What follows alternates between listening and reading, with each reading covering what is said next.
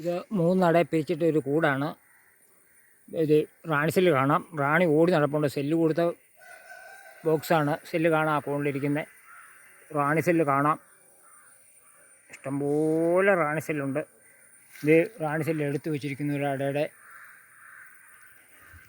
ഇതെല്ലാം നിറച്ച് മൂത്ത റാണി സെല്ലുകളാണ്. നല്ലപോലെ മൂത്ത റാണി സെല്ലാണ്.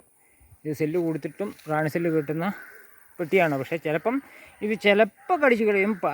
അടിച്ചു കളയാൻ സാധ്യത കുറവാണ്. കാരണം ഇത്രയും റാണി സെല്ല് വെച്ചതുകൊണ്ട് കടിച്ചു കളയാൻ സാധ്യത കുറവാണ്. ചിലതേ കടിച്ചു കളയുള്ളൂ. ബാക്കി ചിലപ്പോൾ കുടി വിരിഞ്ഞു പോകും. അതിനാണ് ഈ റാണി സെല്ല് ചെക്ക് ചെയ്ത് വേറെ പെട്ടികൾക്ക് കൊടുക്കുന്നത്.